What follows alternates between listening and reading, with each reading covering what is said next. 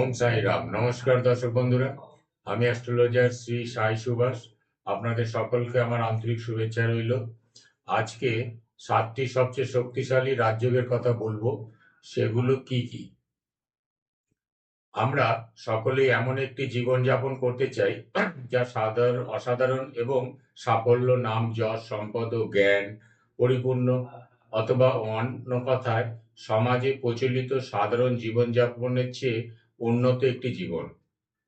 আমরা সবসময় শুনে এসেছি যে জীবনযাপন করার জন্য কঠোর পরিশ্রম এবং সততার প্রয়োজন।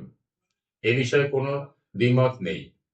তবে এমন কিছু মানুষ আছেন যারা পূর্বজন্মে বিশেষ সৎকর্মের ফলে নির্দিষ্ট স্বর্গীয় আশীর্বাদ লাভ করেন, যা তাদের জীবনে নির্দিষ্ট কিছু ক্ষেত্রে দ্রুত সাফল্য অর্জনে সহায়তা করে।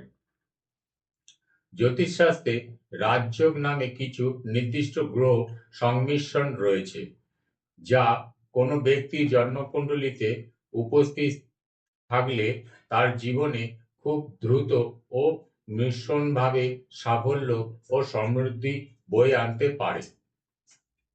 কুণ্ডলিতে রাজযোগের উপস্থিতি জানতে এবং সেই রাজযোগের সর্বোচ্চ সুফল লাভের জন্য জীবনের গুরুত্বপূর্ণ সিদ্ধান্তগুলো সেই অনুযায়ী কিভাবে পরিকল্পনা করা যায় তা জানতে প্রত্যেক ব্যক্তির জ্যোতিষীর সাথে কথা বলা উচিত। জন্মপত্রিকায় রাজযোগ থাকলে একজন ব্যক্তির জন্য অসংখ্য সুবিধা রয়েছে। রাজযোগ মূলত অত্যন্ত শক্তিশালী ও সমৃদ্ধিশালী জাগতিক শক্তিকে আকর্ষণ করে এবং ব্যক্তির ভাগ্য বা জীবনের পথে একটি উল্লেখযোগ্য গতি সঞ্চার করে। রাজযোগের আশীর্বাদপ্রাপ্ত ব্যক্তিরা সর্বদা তাদের প্রতিযোগীদের থেকে বহু ধাপ এগিয়ে থাকেন এবং জীবনে খুব সহজে সাফল্য, নাম ও যশ লাভ করেন। মনে হয় ভাগ্যদেবী সর্বদা তাদের প্রতি প্রসন্ন থাকেন এবং জীবনে গুরুত্বপূর্ণ কাজকর্মে ভাগ্য তাদের সহায় হয়। রাজযোগ যুক্ত ব্যক্তিরা বিশেষ সুবিধা ও ক্ষমতার আসনে অধিষ্ঠিত হন। নাম ও যশ এই ব্যক্তিদের জন্য স্বাভাবিকভাবেই আসে এবং তাদের ব্যক্তিত্বের সাথে এক প্রবল আকর্ষণের উপাদান যুক্ত থাকে। যেখানে রাজযোগবিহীন কোনো ব্যক্তি অত্যন্ত কঠোর পরিশ্রম করেও মাঝারি মানের ফললাভ করেন, সেখানে কুণ্ডলিতে রাজযোগযুক্ত ব্যক্তি খুব সহজেই এবং মোটামুটি অল্প সময়ের মধ্যেই সাফল্য লাভ করেন। তবে এটি অবশ্যই মনে রাখতে হবে যে কুণ্ডলিতে রাজযোগ থাকা ব্যক্তিকে তার সময়, প্রচেষ্টা এবং শক্তি সেই নির্দিষ্ট ক্ষেত্রগুলিতেই কেন্দ্রীভূত করতে হবে যা সেই বিশেষ রাজযোগ দ্বারা নির্দেশিত বা প্রতিনিধিত্ব করা হয়। এই কারণে জীবনের গুরুত্বপূর্ণ দিকগুলিতে পা রাখার আগে জ্যোতিষীর সাথে কথা বলার পরামর্শ দেওয়া হয়, যাতে আপনার প্রচেষ্টাগুলি আপনার জন্মপত্রিকা বা কুণ্ডলিতে উপস্থিত রাজযোগের সাথে সামঞ্জস্যপূর্ণ দিকে পরিচালিত হয়। একাধিক রাজযোগ থাকলেও জ্যোতিষশাস্ত্রে অনুসারে সবচেয়ে শক্তিশালী 7টি রাজযোগ হল নিম্নরূপ। গজকিশোরী রাজযোগ। এই ধরনের রাজযোগ বৃহস্পতি ও চন্দ্রের দ্বারা গঠিত হয়। জন্মকুণ্ডলিতে এই দুটি গ্রহ যখন একের অপরের কেন্দ্রে অবস্থান করে তখন গজকিশোরী যোগের সৃষ্টি হয়। কুণ্ডলীর এই রাজযোগ সাফল্য, ঐশ্বর্য, আনন্দ এবং ক্ষমতা প্রদান করে। বুধাদিত্য যোগ। যদি জন্মকুণ্ডলীর কোনো অনুকূল ঘরে সূর্য ও বুধ শুভ সংযোগে অবস্থান করে তবে বুধ আদিত্য যোগ গঠিত হয়। কুণ্ডলীর এই রাজযোগ ব্যক্তিকে উচ্চ স্তরে বুদ্ধি, নাম, যশ, ক্ষমতা ও জীবনে উচ্চ অবস্থান প্রদান করে। বিপরীত রাজযোগ। কুণ্ডলিতে এই ধরনের রাজযোগ ত্রিক স্থান এর অধিপতি অর্থাৎ ষষ্ঠ, অষ্টম এবং দ্বাদশ ভাবের অধিপতিদের দ্বারা গঠিত হয়। যখন ত্রিক স্থানে অধিপতিরা নিজের ঘরে অথবা অন্যত্রিক স্থানে অধিপতিদের ঘরে অবস্থান করেন, তখন জাতকের জন্মকুণ্ডলিতে বিপরীত রাজযোগ গঠিত হয়।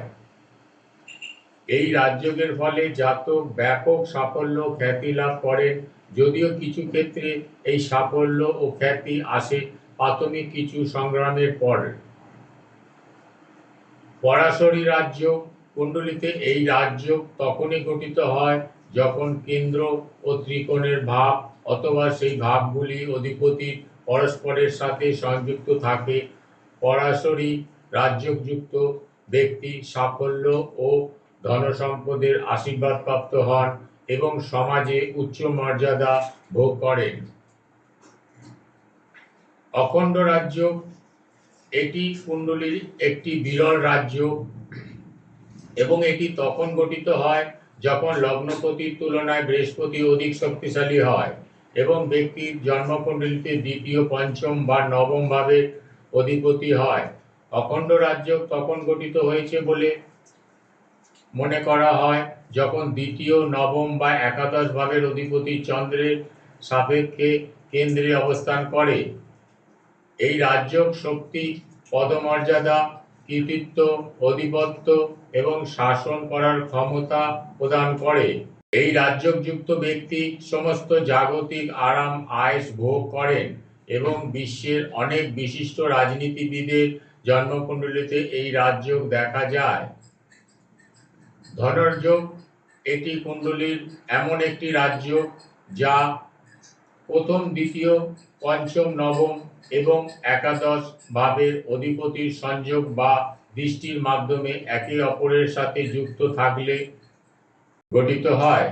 ধনরাজযোগ আশীর্বাদপ্রাপ্ত ব্যক্তিরা তাদের জীবনে কখনো অর্থের অভাব সম্মুখীন হয় না।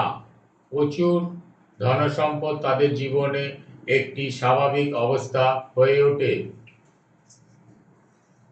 আদি যোগ জন্মকুণ্ডলিতে এই রাজযোগটি গঠিত হয় যখন বৃহস্পতি, শুক্র এবং বুধ জন্মকালীন চন্দ্র থেকে ষষ্ঠ বা অষ্টম ঘরে অবস্থান করে।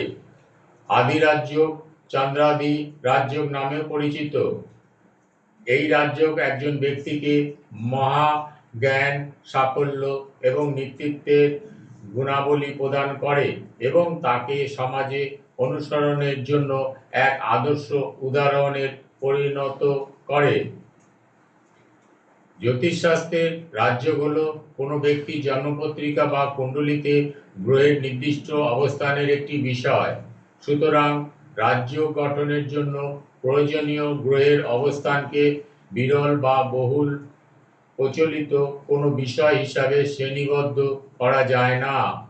তবে অখণ্ড রাজযোগ জ্যোতিষশাস্ত্রের এমনই একটি যোগ যা সাধারণ মানুষের জন্মকুণ্ডলিতে সত্যি খুব কম দেখা যায়। এছাড়াও যদি অধিযোগও একটি বিশেষ দুর্লভ যোগ, তো এই ছিল জ্যোতিষশাস্ত্রের 7টি সবচেয়ে শক্তিশালী রাজযোগ সম্পর্কে আলোচনা। যদি আপনি আপনার কুণ্ডলিতে এমন কোনো রাজযোগ খুঁজে বের করতে চান বা বুদ্ধিমত্তার সাথে ব্যবহার করে জীবনে সাফল্য, উন্নতি, সম্পদ এবং ঐশ্বর্য লাভ করতে পারেন, তাহলে জ্যোতিষীর সাথে যিনি আপনাকে আপনার জন্মকুণ্ডলী অনুকূল গ্রহ অবস্থানের সর্বোত্তম ব্যবহার করার জন্য পথ দেখাবেন। এই ছিল আজকের বিষয়। এ বিষয়ে কোনো প্রশ্ন থাকলে অবশ্যই কমেন্ট করবেন, লাইক ও শেয়ার করবেন, সাবস্ক্রাইব করে পাশে থাকা বেল আইকনটি ক্লিক করে দিন পরবর্তী ভিডিওগুলো সবার আগে পাওয়ার জন্য। ঈশ্বর আপনাদের মঙ্গল করুক।